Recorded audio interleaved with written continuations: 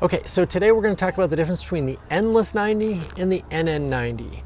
I was curious about these two, and so I've been skating them both for, I don't know, a handful of months. And I'll tell you that they actually feel quite different to me.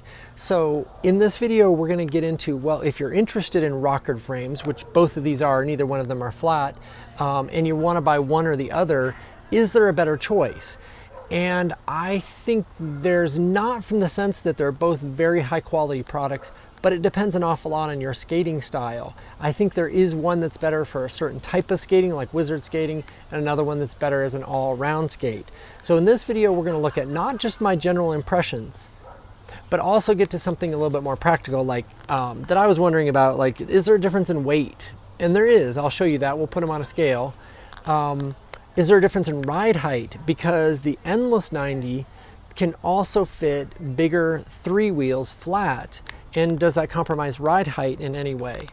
And then also lastly, I can talk to you qualitatively about the difference in the feel of the rocker, but you know I'm kind of an intermediate level skater. And so I want to try to give you a visual. We're going to actually show you that I think most of the difference in the rocker is in the rear wheels. And we're going to show you a way to visualize that so you can decide for yourself if it's significant or not. So that's what we're going to do today. Let's get started. So I first started with the Endless 80, and I actually didn't really notice the rocker much at all there. I mean, it was plenty swivelly, right? You could turn pretty easily. It was very stable. I didn't really feel like I was pitching forward and backwards. So I decided to go up and try the 90, and just to do something different, I bought the NN 90. Now, as soon as I got that, there were a couple of impressions that I had about the NN. The first was, I was a little surprised on such a long frame. I could do, well, you guys know how bad I am at gazelles. I could do gazelles with brand new wheels, straight out of the box, no problem. And I was super delighted with them. But of course, that's not what most of my skating is. Most of my skating is, you know, trail skating and jumping up on things when I can.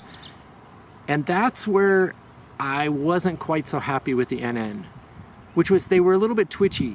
I always felt like I was skating on the middle 2 wheels. The rocker was super noticeable. And on the Endless 80, it hadn't been noticeable at all.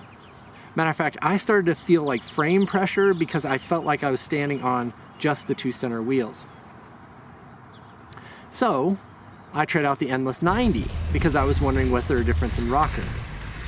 And I feel like there is. I feel like it's subtle if you're actually measuring it, but it feels dramatically different. Can I still do the gazelle stuff that I can do on the NNs? Well, yeah, the best of my kind of pathetic ability. Yes, you can. And I have to admit, I like the fact that the Endless feels more stable when I'm just skating everywhere else. All right, enough of these rough impressions. Let's get down to how much they weigh. Is there a difference in weight?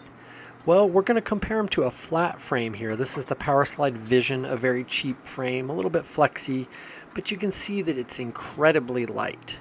We compare that to the Endless. The Endless weighs quite a bit more. All these weights are with axles. And yes, the NN is definitely the heaviest. You may have heard that. I've heard that from a lot of people. It is definitely heavier than the other two. Now, you heard me describe the rocker as feeling very different, but let's actually look at it and see. So I'm using 80 millimeter wheels here because they're the only ones that I had fresh. And you can see that this Vision Powerslide frame is completely flat. All 4 wheels are down, just checking to make sure the surface is flat. We're putting the same 4 wheels on all the other frames.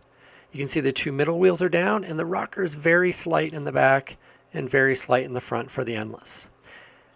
The NN, by the way, is the V.M NN, in case you're wondering. So the 2 middle wheels are down, and you can see in the back the rocker is a little bit more. I'll show you another visual in a second.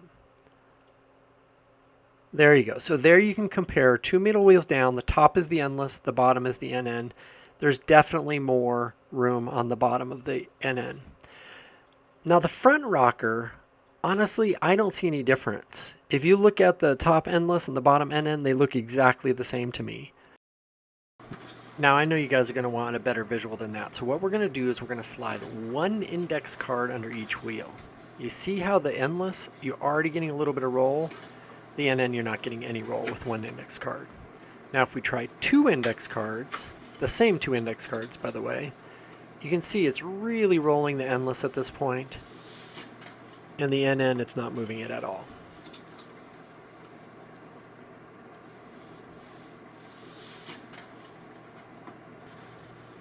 All right, now 3 index cards, all on the back wheel again. And you can see at this point the endless whole frame is starting to move because it's lifting the wheel up. And now you have complete contact with the NN. So it's about 1 index card different, I would say, between the two. It's subtle, but it's real. There is a very big difference. Now if we go to the front, the 1 index card doesn't move either wheel. If we try 2, they both start to roll right away, and it looks like it's the exact same rocker to me on the front. So it's really the back rocker that's the difference between the two. It turns out that for me, when I was thinking about these two, it was ride height that was the one that I was most interested in. Now, I'm going to put my Vision Power Slide flat frame up here just to give me a second to talk about the fact that the ride height measurement, the actual measurement, isn't going to have any meaning because I'm using 80 millimeter wheels here, and you'll see that when I come in close, you can see that, well, it's a little under 10 centimeters, like 9.9 something, right? But not only am I using 80 millimeter wheels, but I'm measuring from the counter, and you can see this ruler doesn't really start right there. But I'm going to do the exact same measurement in every single frame so that you can see the difference. Now let's go to the back first. We're going to do the measurement in the front too, but let's go to the back of the endless frame and compare it to the back of the NN.